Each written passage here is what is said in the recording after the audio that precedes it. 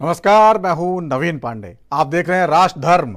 देश की सबसे बड़ी अदालत ने आज यूपी में चल रहे 16,000 मदरसों और उनमें पढ़ने वाले 17 लाख स्टूडेंट को बड़ी राहत दी है।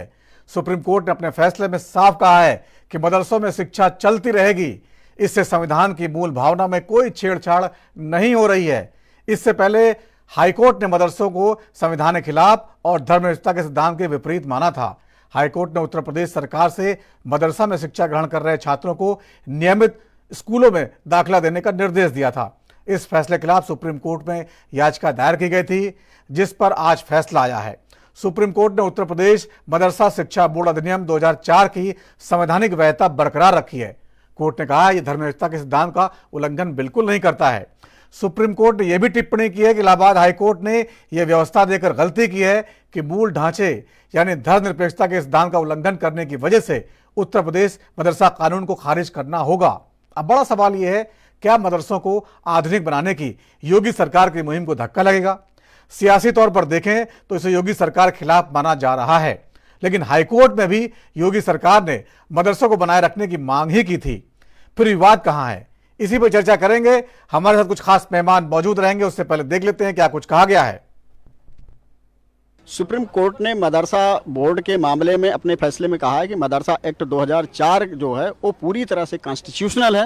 इलाहाबाद हाई कोर्ट ने जिसको जो है अनकॉन्स्टिट्यूशनल घोषित कर दिया था, सुप्रीम कोर्ट ने हाई कोर्ट के फैसले को आज जो है निरस्त कर दिया और मदरसा एक्ट को पूरी तरह से कॉन्स्टिट्यूशनल बताते हुए ये कहा है कि मदरसा में जो भी एजुकेशन दी जा रही है वो सारी क्वालिटी एजुकेशन है। NCPCR ने जो क्वेश्चन किया था, NCPCR के क्वेश्चन को दरकिनार करते हुए ऑनरेबल सुप्रीम कोर्ट के ऑनरेबल चीफ जस्टिस की अध्यक्षता में 3 जजों ने मदरसा एक्ट को पूरी तरह से जो है वैधानिक माना है, कॉन्स्टिट्यूशनल माना है। इलाहाबाद हाई कोर्ट ने अपने फैसले में जाकर के इस चीज की केवल गणना किया कि मदरसे में केवल और केवल धार्मिक किताबें पढ़ाई जाती हैं, उससे हट करके कोई भी किताब नहीं पढ़ाई जाती है, जिसके आधार पर इलाहाबाद हाई कोर्ट ने मदरसा एक्ट को अनकॉन्स्टिट्यूशनल घोषित कर दिया था। लेकिन जब सुप्रीम कोर्ट ने सारे पक्षों को सुना तो मदरसा एक्ट में सारे प्रोविजंस मेंशन हैं कि सारे सब्जेक्ट पढ़ाए जाते हैं। इसलिए ऑनरेबल सुप्रीम कोर्ट ने इलाहाबाद हाई कोर्ट के फैसले को निरस्त करते हुए मदरसा एक्ट को कॉन्स्टिट्यूशनल घोषित किया है और इसके साथ साथ सरकारों को दिशा निर्देश जारी किया है कि यदि मदरसा में कोई क्वालिटी एजुकेशन नहीं हो रही है तो क्वालिटी एजुकेशन को मेंटेन करने के लिए रेगुलेशन ला सकती है। देखिए, सुप्रीम कोर्ट का ये फैसला बड़ा ऐतिहासिक फैसला है, क्योंकि एक एक्ट बना था, सरकार ने एक्ट बनाया। एक्ट बनाने के बाद उसको आप निराधार कैसे बता सकते हो, उसको ख़त्म कैसे कर सकते हो? एक्ट को ख़त्म नहीं होता। दूसरी बात यह है कि मदरसों को लेकर जिस तरह से इन लोगों ने मदरसों को बदनाम करने की साजिश की, मदरसा टीचरों को ये लोग सैलरी नहीं दे रहे हैं, वहाँ इंफ्रास्ट्रक्चर जो है अच्छा नहीं है, वहाँ की एजुकेशन अच्छी नहीं है, उस पर ये लोग बात नहीं करते। लेकिन मदरसों पर बात करेंगे कि मदरसे आतंकवाद का अड्डा है, मदरसों में आतंकवाद की पढ़ाई जाती है, हमने 600 मदरसे बंद कर दिए, बाकी मदरसे भी बंद करेंगे। ये सुप्रीम कोर्ट का फैसला उन लोगों के मुँह पर एक करारा तमाचा है। उनको समझ आनी चाहिए कानून की, उनको समझ आनी चाहिए संविधान की कि ये देश संविधान से चलता है, नफरत से और नफरती भाषणों से नहीं चलता। देखिए, बहुत अच्छा फैसला है और इस फैसले का सुप्रीम कोर्ट के मैं ऑल इंडिया शिया फसला बोर्ड की जानिब से इसका वेलकम करता हूं कि मदारिस अरबिया को जिस तरीके से सुप्रीम कोर्ट ने वैध करार दिया है और जिस तरीके से इसको मदरसों को बंद करने की और मदरसों को पूरी तरीके से तबाह बर्बाद करने की पूरी कोशिश की गई थी, लिहाजा मदारिस अरबिया का मुल्क की आज़ादी में अहम योगदान रहा है और मदारिस अरबिया ने हमें IAS दिए, IPS दिए, PCS दिए, गवर्नर्स दिए हैं। इस मुल्क की आज़ादी में हमारे मदारिस का अहम योगदान है, लिहाजा मैं सुप्रीम कोर्ट को सैल्यूट करता हूं उनके इस बेहतरीन फैसले के लिए। देखिए, मैं माननीय सर्वोच्च न्यायालय के इस निर्णय का स्वागत करता हूं और निश्चित तौर से सब जो आज मदरसा एक्ट जो पुराना बना था उसको उन्होंने एज इट इज रहने दिया। निश्चित तौर से बच्चों के भविष्य को देखते हुए समाज के अंदर एक संदेश जो जा रहा मतलब गया कि भाई सब लोग जुड़कर एक साथ मिलकर काम करें और निश्चित तौर से भी इस समय ये निश्चित मैं समझता हूँ कि बहुत ही स्वागत योग्य कदम है माननीय सर्वोच्च न्यायालय के आदेश के माध्यम से। सुप्रीम कोर्ट ने मदरसा एक्ट 2004 को जो हाई कोर्ट का फैसला है उसे खारिज करते हुए उसकी वैधता को बरकरार रखा है। मदरसा एक्ट पहले की तरह काम करता रहेगा, मदरसे चलते रहेंगे, किसी किस्म का संशोधन नहीं होगा। मदरसों के ऊपर जो कुछ लोगों की तंग नजरी चल रही थी उसको सुप्रीम कोर्ट ने करारा जवाब दिया है। मदरसे अंत्योदय की तर्ज पे काम कर रहे हैं, समाज में ऐसी जगहों पे काम कर रहे हैं, ऐसे बच्चों के लिए काम कर रहे हैं जहाँ शिक्षा का पहुँचना अभी बहुत मुश्किल था। ऐसे में ऐसे लोगों को भी मैं कहना चाहूँगा कि मदरसों को जाकर नज़दीक से देखें, बार बार मदरसों के ऊपर उंगलियां उठाना ये भी ठीक बात नहीं है। NCPCR जो बाल आयोग संरक्षण आयोग दिल्ली में बैठा हुआ है, उसको मदरसों के बच्चों के अलावा कुछ नहीं दिखाई देता। उसके भी सारे प्रयासों को सुप्रीम कोर्ट ने जो है एक झटके में खारिज कर दिया है। मदरसे जिस प्रकार से काम कर रहे हैं आगे भी करते रहेंगे। मदरसे के लोगों से भी गुजारिश करूंगा, ये एक अच्छा मौका मिला है, आप पहले से और बेहतर काम करिए और बच्चों के सर्वांगीण विकास के लिए पहले की तरह कार्य करते रहिए। बहुत बहुत बधाई, बहुत शुभकामनाएं। माननीय सुप्रीम कोर्ट का दिल से आभार। देखिए, मदारिस के ताल्लुक से जो फैसला सुप्रीम कोर्ट ने दिया है ये निहायत ही खुशाइन फैसला है और इस फैसले से न सिर्फ मदरसों में पढ़ने वाले बल्कि मदरसों से मुंसलिक वो तमाम हजरात जो संवैधानिक हक के लिए सुप्रीम कोर्ट में मदरसा एक्ट की और मदरसों के वक़ार के लिए मजबूत पैरवी कर रहे थे, वो तमाम हजरात मुबारकबाद के मुस्तहिक हैं। इसलिए कि मदरसों ने हमेशा इस मुल्क में तालीम को फ़रोग़ देने के लिए और जहालत के ख़ात्मे के लिए काम किया है। कुछ अरसे से ये एक फ़िज़ा बनाने की कोशिश की जा रही है कि मदरसों को बदनाम किया जाए, मदरसों के तालीमी निज़ाम को दरहम बरहम करने की कोशिश की जाए और मदरसों के वक़ार को, मदरसों के स्टेटस को मजरूह किया जाए। लिहाजा सुप्रीम कोर्ट का ये फ़ैसला निहायत खुशाइन फ़ैसला है और मुझे लगता है कि मदरसा इस फैसले के बाद मदरसों में पढ़ने वाले और मदरसों से मुंसलिक वो तमाम हजरात जो कहीं ना कहीं शक और शुबे का शिकार थे, अब मजबूती से तालीम के मैदान में अपना काम बखूबी अंजाम देंगे। ऑनरेबल सुप्रीम कोर्ट ने जो Uttar Pradesh board of Madrasa act 2004 को कॉन्स्टिट्यूशनल करार दिया है, उसका हम लोग दिल की गहराइयों से इस्तकबाल करते हैं। और इलाहाबाद हाई कोर्ट ने जो अनकॉन्स्टिट्यूशनल करार दिया था उससे लोगों में बड़ी मायूसी पैदा हो गई थी। लेकिन आज सुप्रीम कोर्ट ने जो ये फ़ैसला दिया है, इससे हज़ारों नहीं बल्कि लाखों की तादाद में जो स्टाफ है, स्टूडेंट्स हैं, टीचर्स हैं और उनके पेरेंट्स हैं, उन्होंने एक राहत की सांस ली है। और सभी के लिए में बात होनी चाहिए कि हम लोग अपने मदरसों को मुल्क के कॉन्स्टिट्यूशन के आर्टिकल 30 के तहत रन करते हैं, जिसमें बहुत वाज़े तौर पर यह बात कही गई है कि all minorities whether based on religion और language shall have the right to establish and administer educational institution of their choice। तो इसी के तहत हम लोग ये मदरसे चला रहे हैं और हम लोग अपने मदरसों में इस बात को भी इंश्योर करते हैं कि बेस्ट पॉसिबल एजुकेशन दी जाए, जिसमें कि इस्लामी एजुकेशन के साथ साथ इंग्लिश, हिंदी, मैथ्स और साइंस भी पढ़ाई जाती है।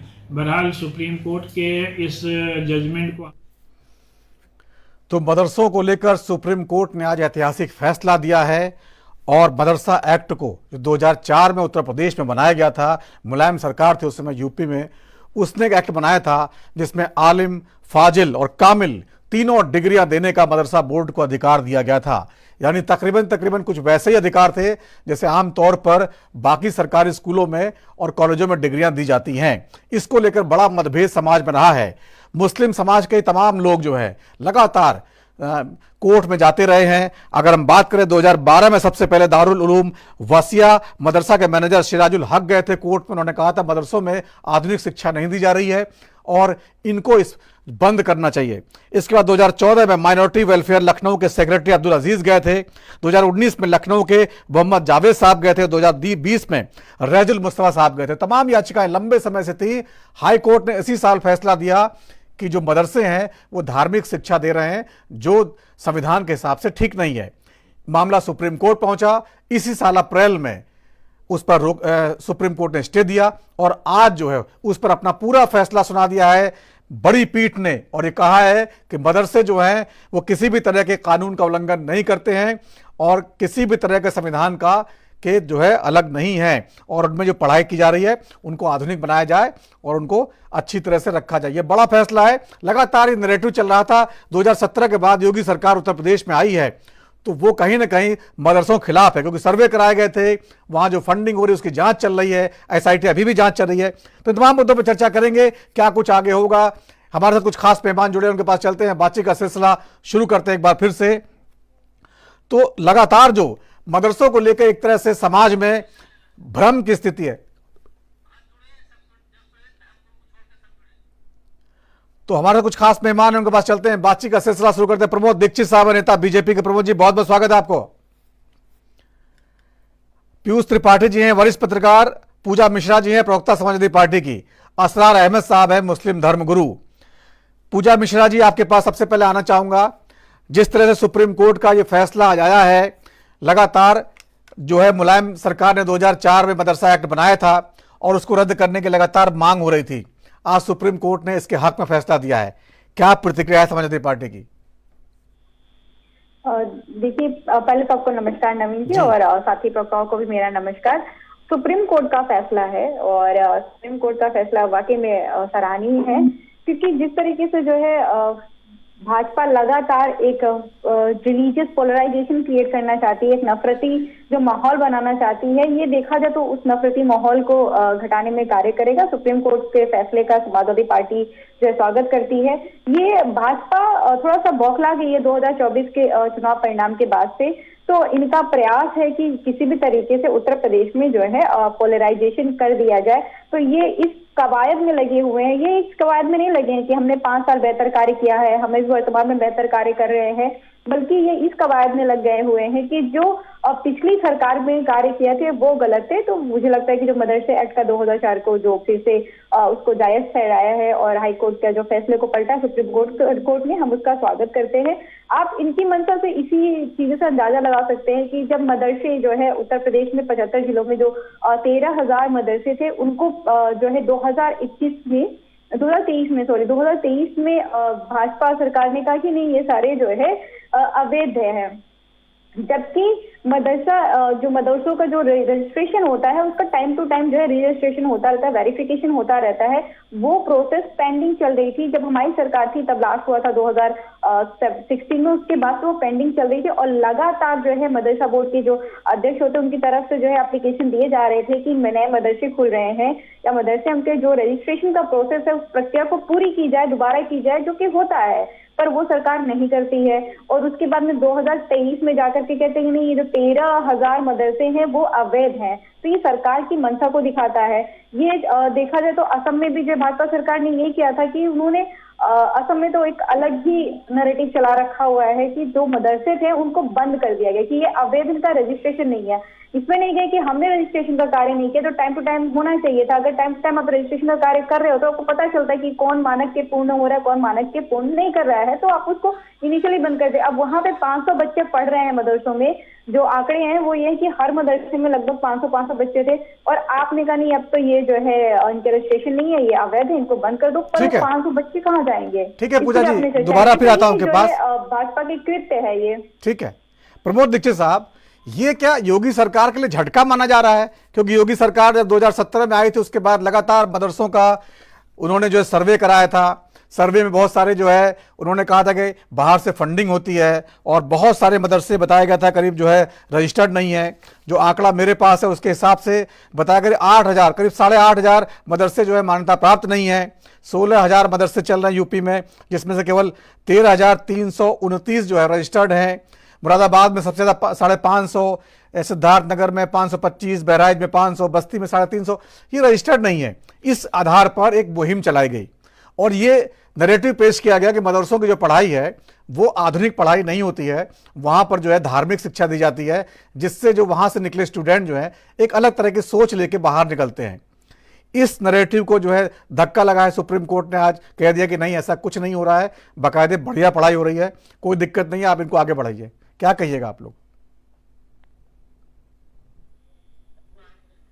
प्रमोद दीक्षित साहब, आपको आवाज आ रही है? लगता संपर्क कट गया है।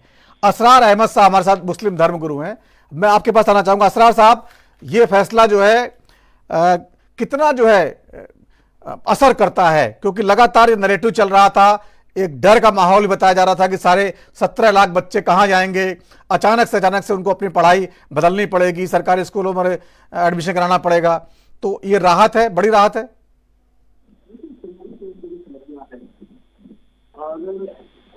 होना भी चाहिए, लेकिन इसमें एक शर्त इस बात से है कि जिसके तहत उस मदरसे थे और जो चीजें सामने आई हैं उनमें सुधार होना चाहिए।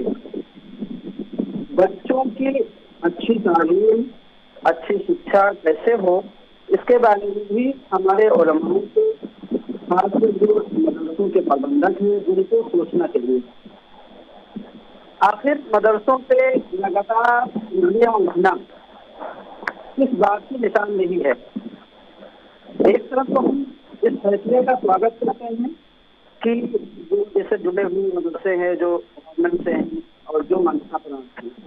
दूसरा ये है कि जो मान्यता प्राप्त नहीं है, जो सरकार के आए और जो हुई सरकार की उनको भी नहीं करेगी। तो दूसरी यही बात आ जाती है कि आप जब आधुनिक शिक्षा सबको मिलेगी, और खासकर मैं ये जानता हूँ कि 2017 के बाद जो हमसे वोट लेते रहे 17 से पहले, उन्होंने मदरसों में कितना बदलाव किया, कितनी शिक्षा देने की कोशिश की और कितना क्या किया, ये सब जानते हैं। असरार साहब, आपकी आवाज़ में थोड़ी दिक्कत आ रही है, उसको ठीक करवाता हूँ, फिर दोबारा लौटता हूँ आपके पास। पीयूष त्रिपाठी साहब, ये जो है जिस समय उत्तर प्रदेश में उपचुनाव चल रहे हैं और सुप्रीम कोर्ट का ये फैसला, योगी सरकार के खिलाफ लगातार जो आरोप लगते हैं कि वो कहीं ना कहीं जो है धर्म विशेष के खिलाफ जो है फैसले लेती रही है।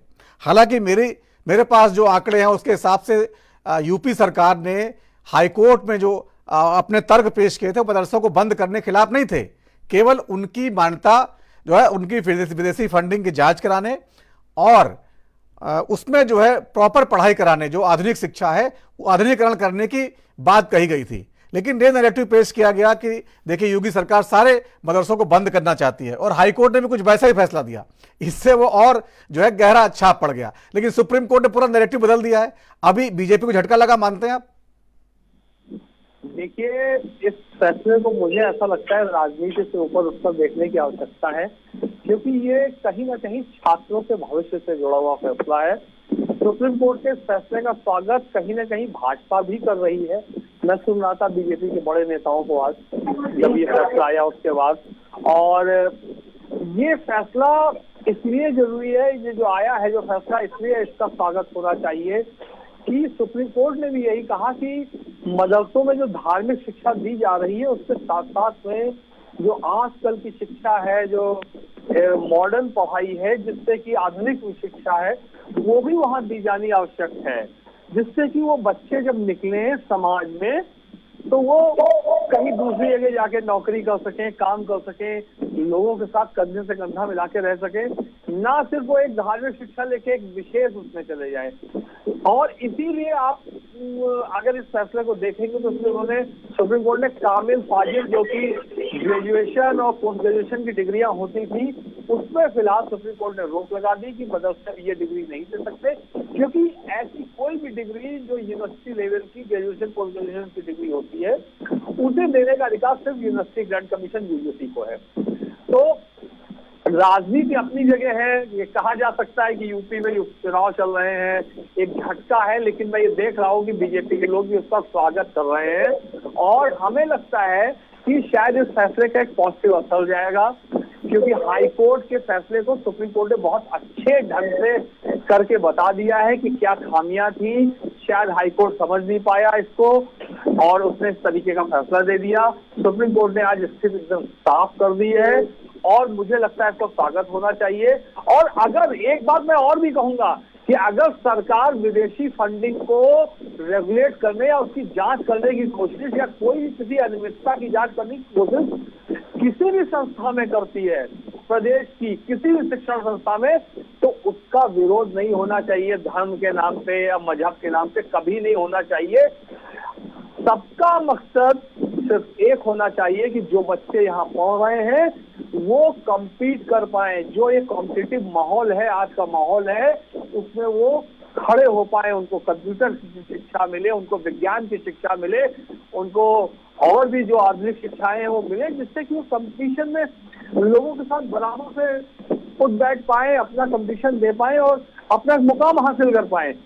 इसको राजनीति से बिल्कुल ऊपर उठ के देखने की आवश्यकता है। और शायद मुझे लगता है कि ये झटका, ये कहा जा सकता है कुछ एक नैरेटिव जो सेट करने की जो किया गया पहले भी 17 के बाद से, लेकिन अगर इसको देखा जाए बड़े परिप्रेक्ष्य में तो बहुत अच्छा फैसला है, स्वागत योग्य कदम है। ठीक है, प्रमोद दीक्षित साहब हमारे साथ हैं। प्रमोद जी, आवाज आ रही है आपको? प्रमोद दीक्षित साहब, आवाज आ रही है?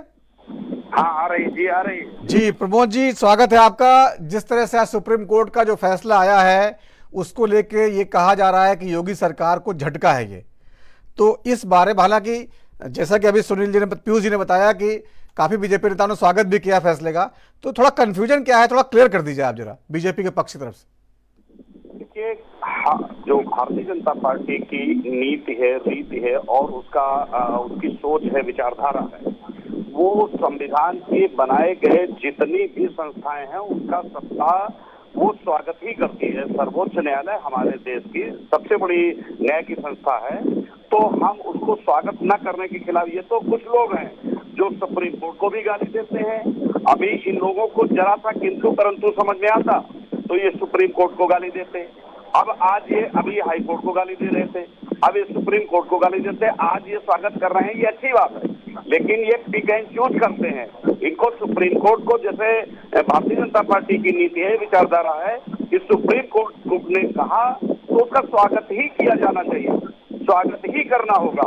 हम सुप्रीम कोर्ट से बड़े थोड़ी हैं, हम सुप्रीम कोर्ट का सम्मान करते हैं। भारतीय जनता पार्टी मुसलमानों के बच्चों को, मैं खास तौर से कह रहा हूं कि अल्पसंख्यक के बच्चों को वो चाहते थे कि उच्च शिक्षा मिले, अच्छी शिक्षा मिले, बेहतर शिक्षा मिले, जिससे कि उनको कहीं नौकरी मिल सके।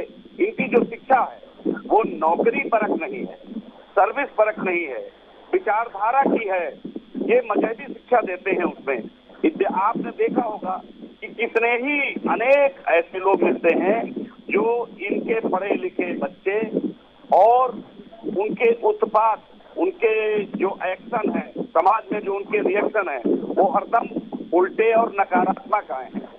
इनके द्वारा लगातार जो फंडिंग की बात अभी पीयूष जी कर रहे थे, तो मैं कहूं कि उनकी बात ठीक है कि जितनी भी, अब उनको बाद में मौका मिल जाता है। अगर कोई जांच होगी, अगर इनके मदरसे कई जगह पर ऐसी बने जिन जगहों को इनके लिए वो नहीं है, जमीन ही नहीं है इनकी, तो ऐसे मदरसों पर अगर कोई सरकार का हो जाएगा तो वो खड़े होते हैं लड़ने के लिए।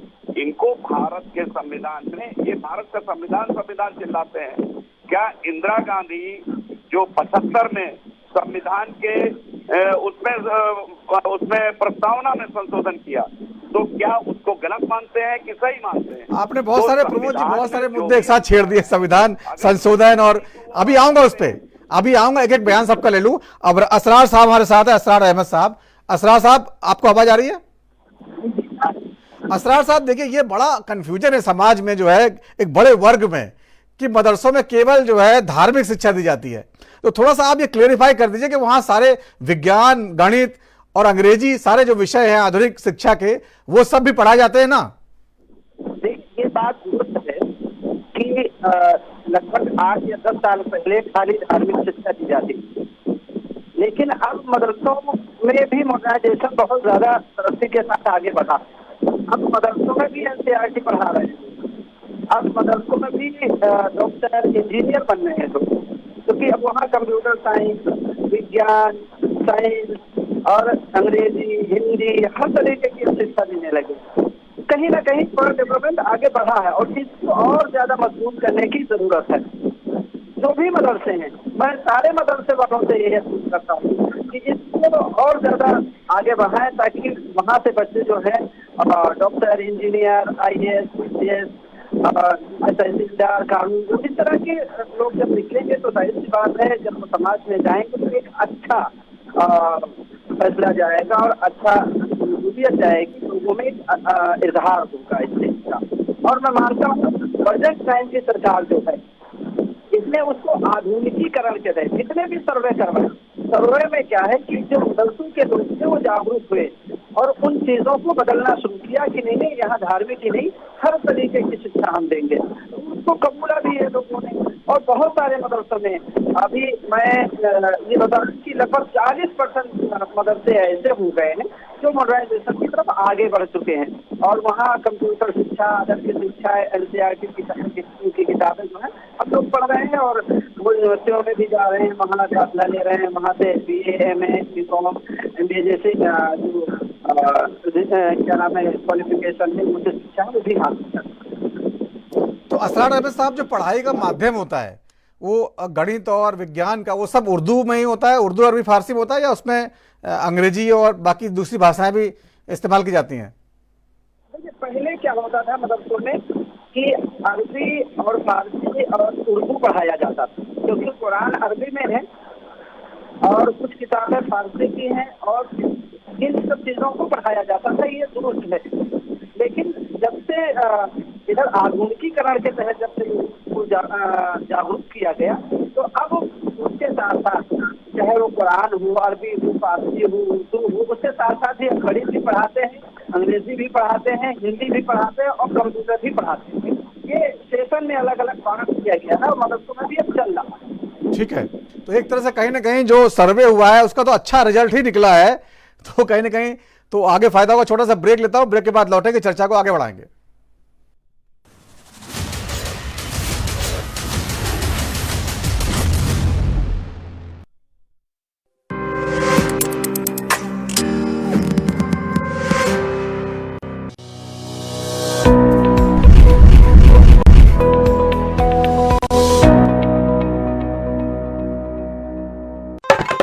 फूक अपना ना देखिए दिवाली, साड़ी ना पराली वीरा साड़ी ना पराली,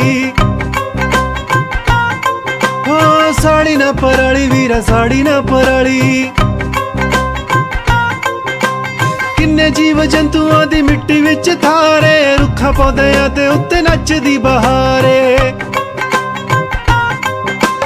बचे रहन कुग्गियां दे बच्चे साने टाली, साड़ी ना पराली वीरा साड़ी ना पराली। वेख धुएं नाल हाल हुंदा कि चुफेरदा, सिखर दुपहर दिसे मंजर हनेरदा, सारी कायनात जापे होई काली काली, साड़ी ना पराली वीरा साड़ी ना पराली। मंडी विच पिया सारा झोना विक लैण दे, धरती दा थोड़ा जिहा सां टिक लैण दे, अगली फसल लई एडी कादी काली, साड़ी ना पराली वीरा साड़ी ना पराली, हो साड़ी ना पराली वीरा साड़ी ना पराली। गुरु नानक देव जी दी सिੱਖਿਆ ਨੂੰ ਆਪਣੀ ਰਾਹ ਬਣਾਓ, ਵਾਤਾਵਰਣ ਦੀ ਸੰਭਾਲ ਕਰੋ ਤੇ ਪਰਾਲੀ ਨੂੰ ਨਾ ਜਲਾਓ। ਸਾੜੀ ਨਾ ਪਰਾਲੀ ਵੀਰਾ ਸਾੜੀ ਨਾ ਪਰਾਲੀ। ਹੁਣ ਸੁਪਰ ਸੀਡਰ ਅਤੇ ਹੋਰ ਵਧੀਆ ਮਸ਼ੀਨਾਂ ਤੇ ਪਾਓ ਸਬਸਿਡੀ, ਉਹ ਵੀ 80% ਤੱਕ। ਪੰਜਾਬ ਸਰਕਾਰ ਦੁਆਰਾ ਪੰਜਾਬ ਦੇ ਕਿਸਾਨਾਂ ਦੇ ਹਿੱਤ ਵਿੱਚ ਜਾਰੀ।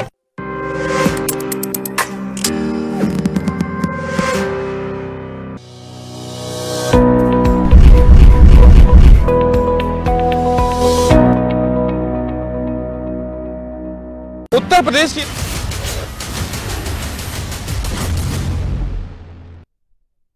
और ब्रेक के बाद राजधर्म में एक बार फिर आपका स्वागत है। आज बात कर रहे हैं सुप्रीम कोर्ट के इस फैसले का जो मदरसा एक्ट 2004 के समर्थन में सुप्रीम कोर्ट में आया है, जिसको हाई कोर्ट ने, इलाहाबाद हाई कोर्ट ने जिसको खत्म कर दिया था और उसके बाद इस आदेश पर अप्रैल में रोक लगाई गई और आज इस पर फैसला आया है। इससे उत्तर प्रदेश के 16,000 जो तकरीबन मदरसे चलते हैं उनको बड़ी राहत मिली है। 17 लाख बच्चे जो इन मदरसों में शिक्षा ग्रहण कर रहे हैं उनको सरकारी स्कूलों में भेजाने का डर था और वो डर अब खत्म हो गया है। हमेशा के लिए ये विवाद लगभग माना जा सकता है खत्म हो गया है कि मदरसों को बंद कर देना चाहिए या मदरसों में कोई गलत गतिविधि चलती है। लेकिन बड़ा सवाल बना हुआ है कि मदरसों में पढ़ने वाले बच्चे क्या आधुनिक शिक्षा हासिल कर पा रहे हैं, क्या समाज में बाकी बच्चों से मुकाबला कर पाएंगे। इन्हीं तमाम मुद्दों पर चर्चा करेंगे। कुछ खास मेहमान हैं, एक बार फिर चलते हैं उनके पास। प्रमोद दीक्षित साहब हैं, बीजेपी के नेता हैं। पीयूष त्रिपाठी जी हैं, वरिष्ठ पत्रकार हैं। पूजा मिश्रा जी हैं, प्रवक्ता समाजवादी पार्टी के हैं। असरार अहमद साहब हैं, मुस्लिम धर्मगुरु हैं, जो मुस्लिम समाज से जो है इस पर क्या सोच है वो हमारे साथ शेयर कर रहे हैं। पूजा मिश्रा जी, एक बार फिर आपको बताना चाहूँगा, तो जिस तरह से आपने कहा कि बीजेपी जो है इसको लगातार टारगेट करती है मुस्लिम समाज के लोगों को, लेकिन जैसा कि हमने देखा तथ्यों में, उसने हाई कोर्ट में भी इसका समर्थन किया कि मदरसों को बंद नहीं करना है, क्योंकि इतनी बड़ी तादाद में जो बच्चे 17 लाख बच्चे अचानक आ जाते, उनको सरकारी स्कूलों में समायोजित करना ये भी यूपी सरकार की बड़ी जिम्मेदारी हो जाती। तो यहां पर कैसे माना जा सकता है कि इसमें राजनीति बीजेपी कर रही है? इसमें माना कैसे नहीं जा सकता कि राजनीति बीजेपी नहीं कर रही है। आप बताइए कि जब जो है मान्यता देना चाहिए था, आपने बताया ना आंकड़े कि किसके रजिस्ट्रेशन नहीं है। नहीं, रजिस्ट्रेशन तो उन्होंने लिया नहीं ना, जो लोग उसको चलाते संचालित करते हैं, नहीं, उन्होंने रजिस्टर नहीं कराया। बात कर रहे हैं तो मुझे लगता है कि आपको पता होगा कि 2020 से कंटिन्यूसली एप्लीकेशंस पढ़ रहे थे कि आप रजिस्ट्रेशन, जिन लोगों को नहीं किया उनकी वाले बात करूँ, जो आपका एप्लीकेशन डाल रहे थे कि रजिस्ट्रेशन प्रक्रिया को आप पूरी करिए, तो डिले आप कर रहे थे ना। तो जो 8,000 मदरसों में जो छात्र पढ़ने लग गए ना, तो आपकी वजह से हो गया ना। आपको पहले ही जाना चाहिए था। जो पुराने हो गए मैं उनकी बात नहीं करूँ, कुछ ऐसे नहीं कि जिन्होंने रजिस्ट्रेशन के लिए ऑप्ट ही नहीं किया, वो अलग बात हो जाती कि हाँ उस पर भी लुकआउट आपको करना चाहिए था। अभी जो है भाजपा के प्रवक्ता कह रहे नहीं फंडिंग देखी जाएगी। आपको भी पता है कि कोई भी स्कूल हो, कोई भी मदरसा हो, उसके फंडिंग आप चाहें तो बिल्कुल उनको भी फाइल तो मेंटेन करनी होती ना। गवर्नमेंट से बाहर तो है नहीं कि वो बिल्कुल उनको कुछ बताना ही नहीं होता है, वो भी रेस्पॉन्सिबल होता है। ये आपका लुकआउट है। अगर आप कहीं पे कुछ फेल हो रहे हैं ना, तो ये सरकार फेल हो रही है। उसमें ये कहना कि नहीं मदरसे जो है खराब है, ये गलत बात हो जाती है। अभी जो बार बार हो रही थी कि आधुनिक पढ़ाई हो जाए तो उनको नौकरियां नहीं मिलेंगी, नौकरी वाली पढ़ाई नहीं कराई जा रही है। बड़ी विडम्बना है। जिन लोगों ने नौकरी वाली पढ़ाई की उनको तो नौकरी आप दे ही नहीं पा रहे हैं, आप और चिंता कर रहे हैं। ये मुझे हास्यास्पद लगता है। तो जिनको नौकरी वाली पढ़ाई की उनको नौकरी पहले दे दीजिए, फिर आप बोलिए कि नौकरी वाली पढ़ाई करें। और अभी जो है मैं कहूँगी मदरसे का एक्ट की जो बात कर रहे होते हैं, तो ये संवैधानिक, जो हाईकोर्ट ने कहा कि असंवैधानिक है, तो असंवैधानिक तो सुप्रीम कोर्ट ने इसको बिल्कुल वाकई में बहुत सराहनीय कार्य है। क्योंकि आपको भी पता है कि हमारे कॉन्स्टिट्यूशन का अनुच्छेद 30(1), हालांकि अनुच्छेद 25 से लेकर के 28 और 30 ये सारे जो है अल्पसंख्यक की जो एजुकेशन रिलेटेड है उसके अधिकार की बात करते हैं। पर आपका अनुच्छेद 30(1) जो है वो बिल्कुल कहता है कि अल्पसंख्यकों को अपना शिक्षा संस्थान स्थापित करने और संचालित करने का अधिकार है। ये अनुच्छेद उनको अधिकार देता है। अगर वो उसको संचालित कर रहे हैं और वहाँ पे शिक्षा चला रहे हैं, तो आप उसको असंवैधानिक तो करार नहीं कर सकते हैं। हाँ, आप उसमें देखिए, आपको लुकआउट है जो आपकी सरकार के अंडर में आती है। आपको पता है कि 2000 आई थिंक 6 या 11 में रियल में कंफ्यूज हो रही थी, ये आ गया था कि मदरसे जो है जो स्टेट गवर्नमेंट है उनकी रेस्पॉन्सिबिलिटी हो जाती है कि जैसे कि शिक्षा जो है राज्य का विषय है, शिक्षा राज्य का विषय है, इसलिए स्टेट की जो होती है तो वो जो है वो मदरसे उसके पहले नहीं थे, मुझे जहाँ तक जानकारी है उसके पहले नहीं थे। पर 2006 से 2011 में जब भी आया कि वो राज्य की जो है अंडर में आ जाएगा, उसका लुकआउट जो है राज्य सरकार के हाथ में होगी। और पिछले 5 साल से भाजपा की सरकार थी, दूसरी पंचवर्षीय चल रही है। अगर वहां पे कुछ अनियमितता पाई जाती है, अगर कुछ गड़बड़ी पाई जाती है, तो इसके लिए जिम्मेदार राज्य सरकार है। परेशानी यही है कि राज्य सरकार इसमें अपनी जिम्मेदारी नहीं मानती है। ये नहीं मानती कि हमसे कोई कमी होगी और इसकी वजह से जो है ये चीजें निकल करके आ रही हैं, बल्कि वो ये करने में लग जाती है कि नहीं ये मुस्लिम समाज। अभी जो है भाजपा के प्रवक्ता ने बोला ही कि जो पाया गया हुआ कि जो मदरसा आपके पास लिस्ट है क्या कि जो मदरसे से पढ़ के निकले गए हुए लोग हैं वो जाकर के उसमें जिद कर, आप सोचिए किस डायरेक्शन में देते हैं। जो क्राइम करता है वो क्रिमिनल होता है। अगर आप क्रिमिनल को नहीं पकड़ पा रहे हैं, क्राइम को नहीं रोक पा रहे हैं, यहाँ भी आपका फेलियर है। लेकिन नहीं, अब आप बताएंगे नहीं मदरसे एक संवैधानिक संस्था है, वहाँ पे एजुकेशन चल रहा है।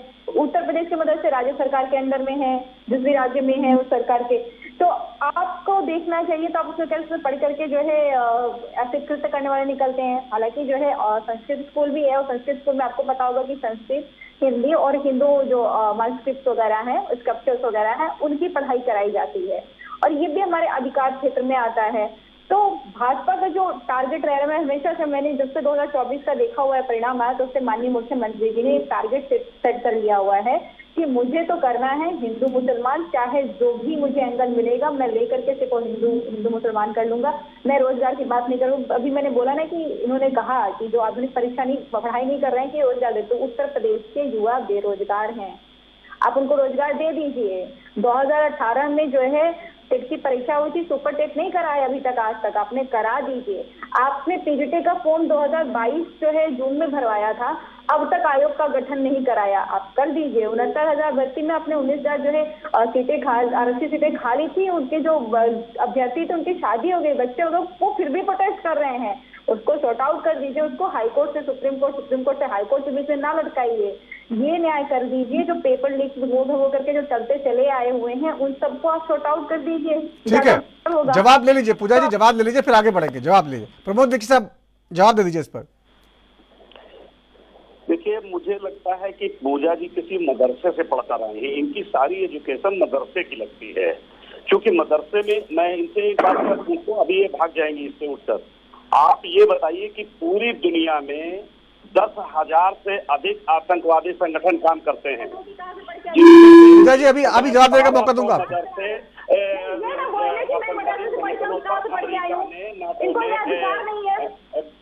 वो लगाया हुआ ये है, अधिकार क्षेत्र में तो नहीं उन्होंने है बैन आपके। क्यों ये लगाया? देखिए, इसका दूर मतलब जहर है उगलते हैं। कि जो इनका अमेरिका टारगेट के यही होता है कि राष्ट्रपति जो किस तरीके से जहर उगला जाए। बात की बात नहीं है। क्योंकि जो जिस स्कूल से ये पढ़ती हैं, जहाँ से ये शिक्षा लेकर आती हैं, जहाँ की विचारधारा ये जीती हैं, वहाँ पर आतंकवादियों को छोड़ने का नियम है। समाजवाद की बात तो होती इनको है। क्योंकि जहाँ दो आतंकवादियों को विचारधारा पूजा जी आपके पास आऊंगा, पूजा जी जवाब ले लीजिए, फिर मौका दूंगा आपको। आप पूजा जी शांत रहिए, मौका दूंगा। आप शांत रहिए, थोड़ी देर अपने समय बोलिएगा। जी, मैं आपके बोलिए। समय में नहीं बोला। तो ये जो पूजा जी हैं, इनके जो राष्ट्रीय आज के अध्यक्ष जी हैं, इन्होंने अतीक को यहाँ पैदा किया, मुख्तार अंसारी को यहाँ बनाया। ये अतीक मुख्तार जैसे हजारों अपराधियों को पैदा किया, उनको संरक्षण दिया। इनके पूर्व राष्ट्रीय अध्यक्ष जी जो आज दिवंगत हैं, माननीय नेताजी, वो अतीक के कुत्ते को सहलाते थे। ये बदमाशों के, अपराधियों के, मुस्लिम अपराधियों के कुत्तों को सहलाने वाले के घर से एजुकेशन लेकर एक कौन सी आएंगे? आप पूजा जी से पूछिए।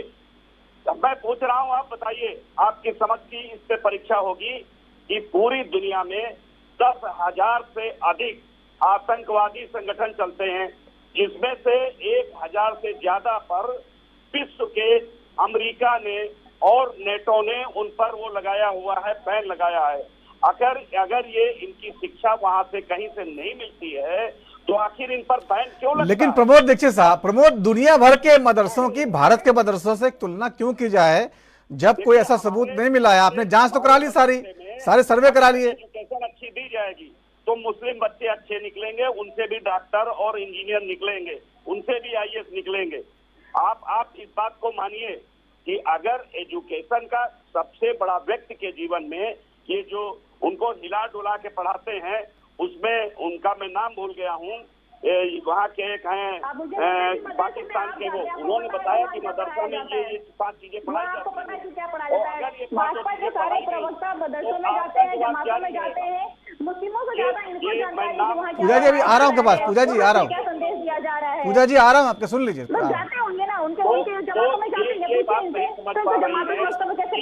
पूजा जी बीच में बोलेंगे तो आवाज साफ नहीं आएगी।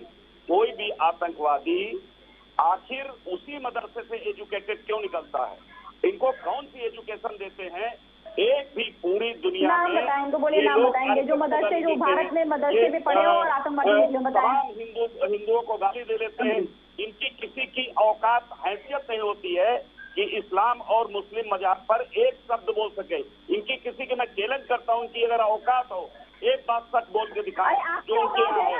केवल हिंदू धर्म को टारगेट पर रखते हैं, हिंदुओं को गाली देते हैं, चाहे ये हो, चाहे इनके गुरु हो, अखिलेश की सेवा जहाँ जाते हैं देश को बदनाम करने की साजिशें रखते हैं। इन लोगों का मुख्य चरित्र देश को बदनाम करना, बेइज्जत करना, अपमानित। लेकिन प्रमोद जी देखिए, प्रमोद जी आप चीजों को जनरलाइज कर रहे हैं। प्रमोद जी आप चीजों को जनरलाइज कर रहे हैं। देखिए, हर आतंकवादी मदरसे से निकला हो ऐसा कोई जरूरी नहीं है। और दूसरी बात, अब जब आप मदरसों का आधुनिकीकरण हो रहा है, स्टैटिस्टिक्स देखिए कि कितने, अगर कोई मैं एक भी आदमी जो आतंकवादी हो और मदरसे से एजुकेटेड ना हो, आप हमें बताइएगा। तो आप उनको आधुनिक शिक्षा दिलवाइए ना। शिक्षा तो राज्य का विषय है, राज्य का विषय, आप उनको आधुनिक सुविधाएं दीजिए। अच्छा ये बताइए कि जो सरकार के प्राइमरी स्कूल्स हैं, उनका पढ़ा बच्चा इस तरह की गतिविधियों में संलिप्त क्यों नहीं मिलता? आप देखिए RSS के जो संबंधित विद्यालय सरस्वती विद्या मंदिर हैं, उनसे पढ़ा हुआ, एजुकेशन लिया हुआ बच्चा पूरी दुनिया में एक घटना हुई हो आप बताइएगा। ये लोग केवल ओढ़ने वाले हैं। ये मुस्लिम आतंकवाद उनकी गंदगी को ओढ़कर उसमें मुलम्मा चढ़ाकर गोल्ड मेडल देना चाहते हैं। आतंकवादियों को छोड़ना का काम करते हैं। वही आतंकवादी बाद में 20-20 साल की सजा पा जाते हैं। इनको आप लोग इसलिए बैठाते हो कि ये देश में, इस राष्ट्र में जो अराजकता है उसको पैदा करने के लिए समाजवादी पार्टी के लिए लगातार काम करते हैं। ठीक है प्रमोद जी, आप भी जवाब ले लीजिए, फिर आगे बोलेंगे। सरकार का पैसा लेकर ये लोग बाहर इंग्लैंड में बनवा रहे हैं। ठीक है प्रमोद जी, आप चीजों को जनरलाइज कर रहे हैं, जवाब ले लीजिए। पूरे जवाब दिए, जल्दी जवाब दीजिए। देखिए ये इतना जहर भरा, मैंने आपको शुरुआत में कहा ना कि भाजपा जो है सिर्फ और सिर्फ पोलराइजेशन जो है करना चाहती है। आप सोचिए कितने भी राज्य का विषय है, शिक्षा पर ये कह रहे हैं कि मदरसे से आतंकवादी होते हैं, क्योंकि इनका टारगेट यही है कि जो है मैं आपको 108 बीज का माला देती हूँ, 108 बीज का माला जरूरत है और मोदी योगी जपिए, मोदी योगी जप लीजिए, क्योंकि आप लोग को बस यही कार्य करना है। आपको लगता है कि मोदी योगी जपने से जो है बहुत अच्छा हो जाना है, आप की नजरों में अच्छा हो जाता है, पर देश के लिए चुना रहे। प्रमोद जी सुन लीजिए, प्रमोद जी सुन लीजिए, आप सुन लीजिए। होंगे नहीं किए ना कार्य, अभी नौकरी जो आपने दे दी हो, बताइए आप सिर्फ और सिर्फ नफरत फैलाना चाह रहे हैं। बताइए आतंकवाद की बात करें ना, पुलवामा अटैक हुआ कैसे हो गया? अभी जैसे जम्मू एंड कश्मीर में सरकार बनी एलजी के हाथ में है, आपको पता है वहाँ पे जो है सिक्योरिटी एलजी के हाथ में है, और वहाँ पे हो जाता है। आपको भी पता होगा कि जून से लेकर सितंबर में 13 बड़े आतंकी हमले हुए, 13 बड़े आतंकी हमले हुए। जवाब का राज्य है भाई, समाजवादी पार्टी के लोग मदरसों में गलत नोट छाप रहे हैं, उनकी फैक्ट्रियां लगा रही है, कैसी बात करती हैं आपको शर्म नहीं आती? राजनीति करे आप लोग गिर गए, आपको जो है लाखों पे राजनीति करने की आदत पड़ गई हुई है। आपने पुलवामा को शहीदों के नाम पे वोट, ठीक है पूजा जी, ठीक है, ये विषय जो है गलत तरीके जा रहा है। पूजा जी आपने जो है किसानों अस्थिर करना चाहते हैं, भारत को अस्थिर करना चाहते हैं, भारत की नीति राष्ट्र विरोधी गतिविधि करते हैं। ठीक है, मुझे आगे बढ़ना है, आगे प्रमोद जी, पूजा जी, प्रमोद जी, पूजा जी, ठीक है, आप लोग इसको गलत तरीके से ले जा रहे हैं। ठीक है, ठीक है पूजा जी, आपकी बात आ गई है, आपकी बात आ गई है, ठीक है। पीयूष त्रिपाठी साहब, जिस तरह की राजनीति चल रही है, सुप्रीम कोर्ट का फैसला आने के बाद भी ये राजनीति बंद नहीं होगी, ये तो समझ में आ रहा है, क्योंकि जो राजनीति है वो चुनावी राजनीति है, उसमें वोटों का ध्रुवीकरण बहुत इंपॉर्टेंट है। जैसा कि आपने सुन लिया होगा, दोनों प्रवक्ता एक दूसरे पर दोषारोपण कर रहे हैं, लेकिन मेरा सवाल ये है कि जो एक छवि बना दी गई है जो मदरसों को लेके, वो छवि कैसे दूर हो सकती है? क्या उसमें आधुनिकीकरण किया जाए, कंप्यूटर शिक्षा दी जाए, या जैसे कि अभी असरार भाई ने बताया कि दी जा रही है, काफ़ी बदलाव भी हुआ है, लेकिन अभी और कुछ किया जाना चाहिए, क्योंकि 17 लाख बच्चों के भविष्य का सवाल है। देखिए बिल्कुल असरार भाई की बात से मैं सहमत हूँ, और बड़ा अच्छा लगा है जानकर कि 40% मदरसे जो है आधुनिक शिक्षा की ओर बढ़ चुके हैं, यानी 60% मदरसों को अभी और हमें अपग्रेड करना है आधुनिक शिक्षा के लिए, कि उनके यहाँ बच्चे कंप्यूटर पढ़ें, साइंस पढ़ें, मेडिकल साइंस पढ़ें, फिजिक्स पढ़ें, केमिस्ट्री पढ़ें, सारे सब्जेक्ट पढ़ें, समाज में खड़े होने लायक बने, समाज में बराबर से कदम बढ़ा सकें। इसके लिए हम सबको सोचना चाहिए राजनीति से ऊपर उठकर, और इसका सिर्फ एक ही उपाय है नवीन जी, कि इसका आधुनिकीकरण किया जाए, वहाँ कंप्यूटराइजेशन हो, वहाँ पे इंटरनेट प्रोवाइड किया जाए, उनको आधुनिक शिक्षा दी जाए। मैं ये नहीं कहता कि मदरसे में अरबी फारसी की शिक्षा ना दी जाए, उनको कुरान ना पढ़ाई जाए, या संस्कृत विश्वविद्यालय में उनको संस्कृत ना पढ़ाई जाए, भगवत गीता ना पढ़ाई जाए, बिल्कुल पढ़ाई जाए, लेकिन आधुनिक शिक्षा होना, हाँ बिल्कुल पढ़ाई जाती है, ये बात सही है, पढ़ाई जाती है। जिसको ना पता उसको मैं बता दूं कि जितने भी बड़े विश्वविद्यालय हैं, संपूर्णानंद संस्कृत विश्वविद्यालय हो या जो भी हो, वहाँ पे केवल संस्कृत की शिक्षा नहीं दी जा रही है, उपनिषद और वेद की शिक्षा नहीं दी जा रही है, उनको आधुनिक रूप से तैयार किया जा रहा है। तो यही होना चाहिए, जिससे कि ये बच्चे जो निकले, अब जो हो गया वो हो गया। आज का सुप्रीम कोर्ट का फैसला स्वागत योग्य है, इसमें राजनीति का पॉइंट नहीं ढूंढना चाहिए, और हमें ये सोचना चाहिए कि हम इस एजुकेशन सिस्टम को कैसे बेहतर करें। जैसे कि बताया गया कि एनसीईआरटी का पाठ्यक्रम लागू किया गया, तो एनसीईआरटी का पाठ्यक्रम सर्वमान्य पाठ्यक्रम है, देश के ज्यादातर स्कूल में चलता है, सीबीएसई के सभी स्कूल उसको पढ़ाते हैं, उसके अलावा और भी स्टेट बोर्ड्स में भी उसको पढ़ाया जाता है, कहीं ना कहीं आईएएस तक की तैयारी लोग उससे करते हैं। तो इस तरीके का ही पाठ्यक्रम एक जैसा होने की जरूरत है, लेकिन यहाँ पे इस बात को बिल्कुल नहीं भूलना है कि वो चाहे किसी भी माइनॉरिटी का इंस्टीट्यूशन हो, चाहे मेजॉरिटी का इंस्टीट्यूशन हो, कहीं पे कोई गड़बड़ी हो तो उस पे रोक लगाने का अधिकार सरकार का है। सरकार उसको रोके, सरकार उस पर नियंत्रण करे, कोई गड़बड़ नहीं होनी चाहिए, क्योंकि वहां बच्चे पढ़ने के लिए आते हैं, उन बच्चों का भविष्य निर्माण करना है, वो कोई भी संस्था हो। और यहाँ पे माइनॉरिटी इंस्टीट्यूशन की बात हो रही थी कि ये माइनॉरिटी है, ऐसा है वैसा है। माइनॉरिटी इंस्टीट्यूशन तो किसी इंस्टीट्यूशन भी है, बड़े बड़े लोग, एक प्रोफाइल मानी जाती है जब किसी का बच्चा कॉन्वेंट में पढ़ता है, तो क्यों मानी जाती है? क्योंकि वो भी है माइनॉरिटी इंस्टीट्यूशन, लेकिन उन्होंने अपने को समय के साथ रखा है। वो अपने यहाँ हर तरीके की एजुकेशन देते हैं, उनके बच्चे कंपीट करते हैं सोसाइटी में, सिविल सर्विस में जाते हैं, मेडिकल में जाते हैं, इंजीनियरिंग में जाते हैं, मैनेजमेंट में जाते हैं, तो वो भी तो माइनॉरिटी इंस्टीट्यूशन है। वो माइनॉरिटी अगर अपने आप को बदल सकती है, वो अपने इंस्टीट्यूशन को बेस्ट इंस्टीट्यूशन बना सकते हैं सोसाइटी में, तो मदरसे क्यों नहीं बन सकते बेस्ट इंस्टीट्यूशन की तरीके से?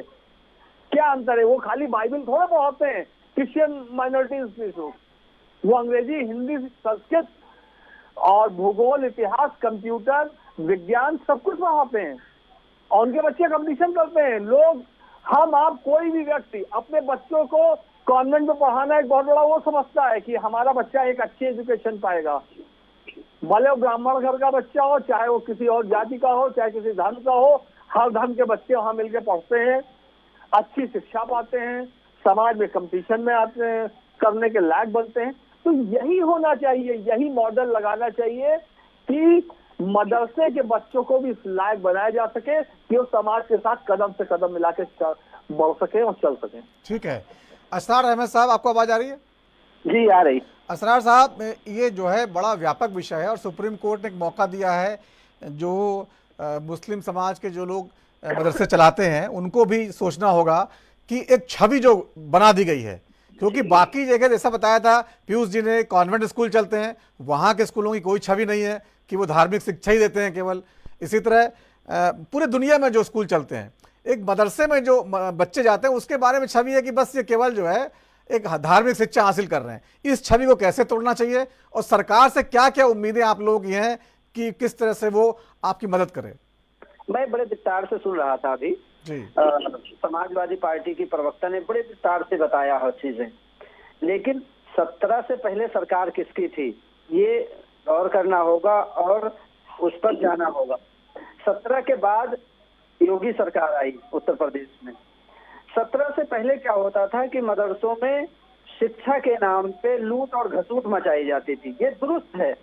आजम खान जब मंत्री थे तो उन्होंने ना जाने कितने मौलानाओं के ऊपर लाठियां बरसाई। दूसरा, अभी भारतीय जनता पार्टी के प्रवक्ता ने जो इल्जाम लगाया सारे मदरसों पे, ये दुरुस्त नहीं है। अगर एक गंदा है तो उसका मतलब ये नहीं है कि सारे गंदे हो गए। बिल्कुल। अगर कोई गंदा है तो सरकार का पूरा हक है कि उसके ऊपर जांच बिठाए और जो भी कड़ी कार्रवाई हो की जाए। स्पष्ट है। सारे लोग ये कहते हैं कि अगर कहीं से कोई गड़बड़ी या कोई संकेत ऐसे आते हैं जिन पर शक शुबा किया जाता है जिन मदरसों पे, आप बिल्कुल उन पर हद कड़ी लगाइए और उनको जेल भेजाने और उन पर कड़ी कार्रवाई करने आपको पूरा हक है। लेकिन सारे मदरसों पे एलिगेशन लगा देना ये दुरुस्त नहीं है। समाजवादी पार्टी जो है हम लोगों से वोट लेती है और बेवकूफ बनाने का काम करती है। उसने भी मदरसों को मॉडर्नाइजेशन की तरफ कोई कदम नहीं बढ़ाया। आधुनिकीकरण के तहत इन्होंने कितने टीचरों को सैलरी दी, इन्होंने खुद रोक रखा। इनके सपा बहादुर अखिलेश यादव जी लगातार बेवकूफ बनाते रहे। मुसलमानों से वोट लेने का काम तो करते हैं, लेकिन मुसलमानों के बेहतर शिक्षा के लिए, बेहतर तरक्की के लिए और बेहतर उनके एम्प्लॉयमेंट के लिए एक बार भी नहीं सोचा इन्होंने। समाजवादी पार्टी जो है सिर्फ मुसलमानों का वोट लेना जानते हैं। मदरसों को पिछले हिस्से में, पिछले हाशिए पे ले जाके छोड़ दिया। आज उसी का नतीजा है कि लगातार भ्रमित कर रहे हैं लोग कि मदरसों में धार्मिक शिक्षा दी जाती है, मदरसों से आतंकवाद पैदा होते। ये किसकी देन है? ये समाजवादी पार्टी और कांग्रेस की देन है कि उसने जो प्रत्यक्ष लगाए हैं मदरसों पे उसे बढ़ाया नहीं जा सकता है। चलिए ठीक है, इस पर जवाब लूंगा मैं। अभी इसमें क्या और सुधार चाहते हैं सरकार से ताकि वो बात वहां तक पहुंचे? भारतीय जनता पार्टी की जब से सरकार आई उत्तर प्रदेश में, तब से लोग मदरसों के जो प्रबंधक हैं, जो मैनेजर हैं और जो हमारे उलमा हैं वो जागरूक हुए। जब सर्वे पे सर्वे चालू हुआ तो जाहिर सी बात है कोई चीजें कमी अगर निकल कर आई तो उस चीज को दुरुस्त करने के लिए मौका दिया गया। मैं भी मदरसे चलाता हूँ, हर चीज में कुछ न कुछ कमी निकली। जिन जिन मदरसों में उनको मौका दिया गया, ना कि ये कहा गया कि इनको बंद कर देना चाहिए। तो जब कोई ना कोई कमी निकल के आई तो लोग जागरूक हुए और धीरे धीरे अपने जो उनका पाठ्यक्रम था उसमें चेंज किया और उसमें कंप्यूटर, हिंदी, अंग्रेजी, एनसीईआरटी जैसी किताबें मैंने इससे पहले भी कहा कि अपने आप को शामिल किया है।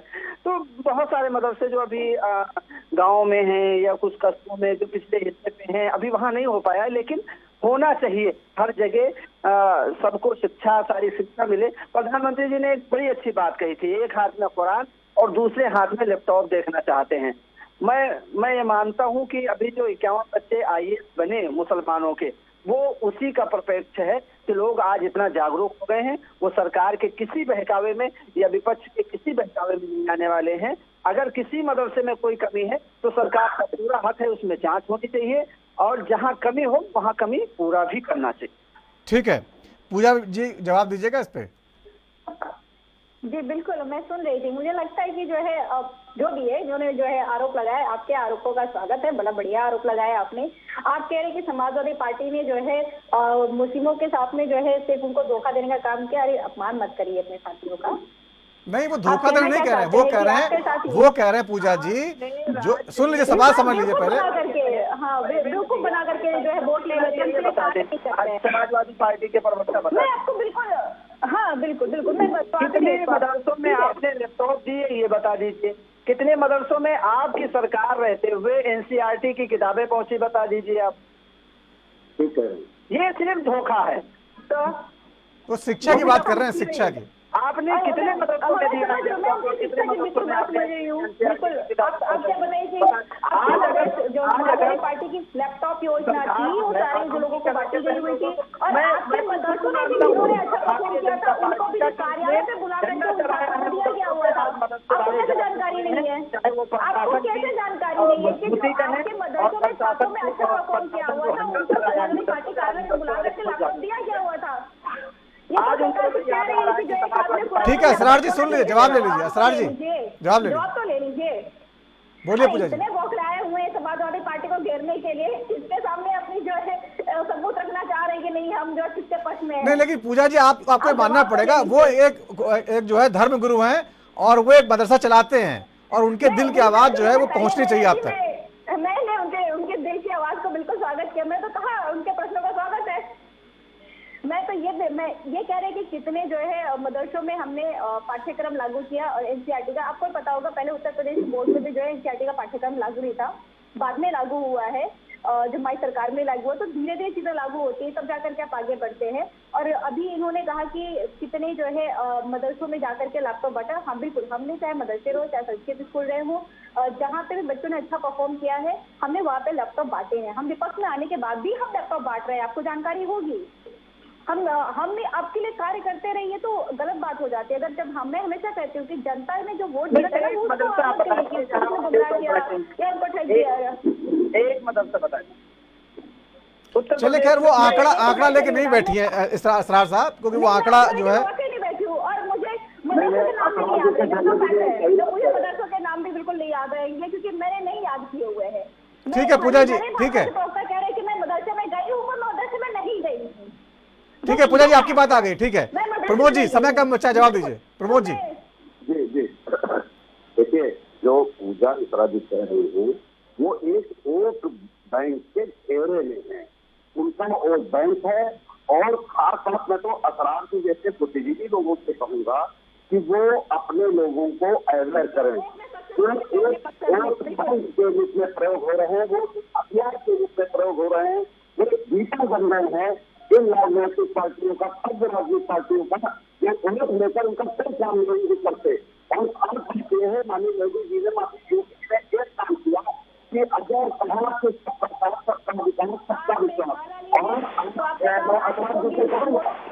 ठीक है, इनसे जो बना है ठीक है, समय खत्म हो गया। ठीक है, समय खत्म हो गया। तो जिस तरह से मदरसा पे बहुत बड़ा फैसला आया है, उम्मीद है कि इसके जरिए जो है जो छात्र वहां पढ़ते हैं उनको आधुनिक शिक्षा मिल पाएगी, आधुनिक सुविधाएं मिल पाएंगी। बहुत बहुत धन्यवाद चर्चा में शामिल होने के लिए आप सभी मेहमानों का। तो राजधर्म आज इतना ही। वक्त छोटे से ब्रेक का है, ब्रेक के बाद भी खबरों का सिलसिला जारी रहेगा। नमस्कार।